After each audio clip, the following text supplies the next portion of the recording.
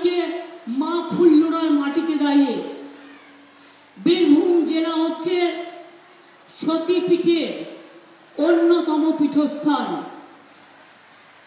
দেবী ফুল্লরাই বলুন, নান্দিকেশ্বরী বলুন, কঙ্কালীতলাই বলুন, মা তারাপীঠী বলুন, নলহাটেশ্বরী বলুন, বক্রেশ্বরী বলুন, দাতা পাথর চাপড়ি বলুন, এক একটা জায়গা এক একটা বিশেষ্যতে এক একটা বিশেষণে ভূষিত। আমরা তারাপীঠ মন্দির করে দিয়েছি কত সুন্দর করে, এখন গেলে চিনতেই পারবেন না।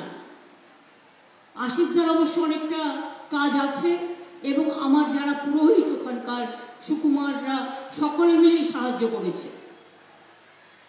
আপনারা জানেন কঙ্কালীতলা আমি নিজেই মাঝে মাঝে চলে যেতাম এবং আমি দেখতাম একটা ছোট্ট পুকুর আছে, পাশে একটা ছবি, মায়ের একটা ছবি দিয়ে মন্দির ছিল, সেটাকে আমরা উন্নয়ন করেছি। ওটা বোলপুরের কাছাকাছি। আমার এখনো কয়েকটা জায়গায় যাওয়া হয়নি। যেমন আজকে আমি লাভপুরে মা ফুল্লরার মুখটা দর্শন করতে পারলাম।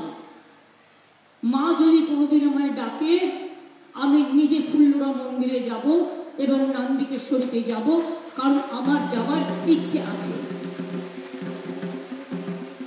আমি কৃতজ্ঞতা জানাই বাসুদেব বন্দ্যোপাধ্যায় মহাশয়কে, যিনি তারাশঙ্কর বন্দ্যোপাধ্যায়ের তার নিকট আত্মীয়। তিনি আমার হাতে, আপনারা জানেন এই লাভপুর, তিনি বলছিলেন লাভপুর হচ্ছে তারাশঙ্কর বন্দ্যোপাধ্যায়ের জীবনের এক বড় পীঠস্থান। এবং আমি জানি না তিনি চাকাইপুরের কথাও বলছিলেন। আর আমি নিজে আজ পর্যন্ত আমার যাওয়ার সুযোগ হয়ে ওঠেনি। ওই গ্রামটায় আমার পিতৃদেবের গ্রাম এবং আমার পিতৃভূমি, কিন্তু আমার আজ পর্যন্ত যেয়ে ওঠা হয়নি। আমি কুসুম্বা গ্রামে জন্মেছি, অনেকবার গেছি, কিন্তু আমার চাকাইপুরটা যাওয়া হয়নি। এবং আমাদের অনেক দেবত্ব সম্পত্তিও ছিল, সেগুলো বাবা না নিয়ে আমার জ্যাঠামশাইয়ের ছেলেমেয়েরা ওখানে আছে, তারাই দেখাশোনা করে, তারা এই সমস্তটা দেখে। আমার কাছে আমি যখন বীরভূমে গিয়েছিলাম মামার বাড়িতে, মানে কুসুম্বায়, তখন 2-3 জনেরা এলো, এসে বলল আপনাদের রামপুরহাটে একটা জায়গা আছে, আমরা একটা মন্দির করতে চাই। আমি তো দেখলাম না কাগজটায় কি লেখাও আছে। আশিসদা আমাকে বলল আর আমি সই করে দিলাম। আমার সইয়ের মূল্য কতটা আছে সেটাও আমি জানি না, যেহেতু দেবত্ব সম্পত্তিটা আমাদের পরিবারের বলে। তাই আজ পর্যন্ত আমার চাকাইপুর যাওয়া হয়নি, এটা খুব খারাপ। কিন্তু নেক্সট আমার টার্গেট আছে, আমি কুসুম্বা গেলেই চাকাইপুর গ্রামটা একবার ঘুরে আসবই।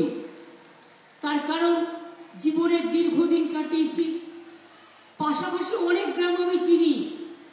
নাইশোর গ্রাম, কানাইপুর, নারায়ণপুর থেকে শুরু করে এমনকি ওখানে বঙ্কতলা শ্মশান থেকে শুরু করে সবটাই চিনি। কারণ আমরা ছোটবেলায় পরীক্ষা দিয়ে চলে যেতাম গ্রামে, আর 1 মাস থাকতাম, ধানের খেতে খেতে ঘুরে বেড়াতাম। কখনো ধান কাটতাম, কখনো সাঁতার কাটতাম, কখনো মাছ ধরতাম, কখনো ছোলার খেতে গিয়ে ছোলা কাটতাম, কখনো কেঁদে নিয়ে গিয়ে আখের বনে গিয়ে আখ কাটতাম। এসব সব ছোটবেলায় আমি করেছি। এবং তাই অনেকে ভাবে আমি কি করে ধান পুঁততে পারি, আমি কি করে রান্না করতে পারি। এগুলো তো একটাও শেখানো নয়। মেয়েরা যখন রান্না করতে শেখে তাকে শিখতে হয় না, এটা তাদের স্বতঃস্ফূর্ত, তাদের প্রবৃত্তি, তারা নিজেরাই তৈরি হয়ে যায়। বলুন তো, অনেকে ভাবে রান্না করাটা আমার কি একটা কাজ। আমি বলি হ্যাঁ, বড় কাজ। রান্নাতে যদি একটু বেশি নুন পড়ে যায় তাহলে খেতে কেমন লাগবে? আর নুনের জায়গায় নুন দিতে ভুলে গিয়ে শুধু চিনি দিয়ে দিলে মাছের ঝোলটা কেমন লাগবে? তাই মনে রাখবেন, রান্না করাটা একটা বড় যে রান্না করতে গিয়ে ঠিক মতো নুন চিনি ঠিক মতো দেয়, সেই রান্নাটাই সবচেয়ে ভালো রান্না হয়, রান্নার টেস্ট হয়। এগুলো থেকে মাথায় রাখবেন। আমাদের দেশের পুঙ্কর শাক, আমি তো জানি কি এখনো হয়তো হয় পুঙ্কর শাক হয়, একদম পাটের শাকের মতো কিছুটা। পাটের শাকটা গল গল করে খেয়ে নেয়, আর পুঙ্কর শাকটা রসুন টসুন দিয়ে একটু ভেজে বড়ি টড়ি দিয়ে খেয়ে নেয়।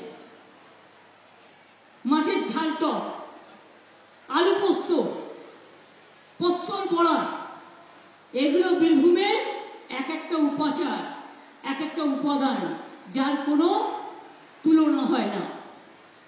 আজকে আমি আপনাদের কাছে একদিকে বোলপুরে আমার প্রার্থী অসিত মাল, অন্যদিকে আমাদের প্রার্থী বীরভূমেও শতাব্দী রায়, দুজনের পক্ষেই বলে যাব, কারণ এটা বীরভূম জেলা।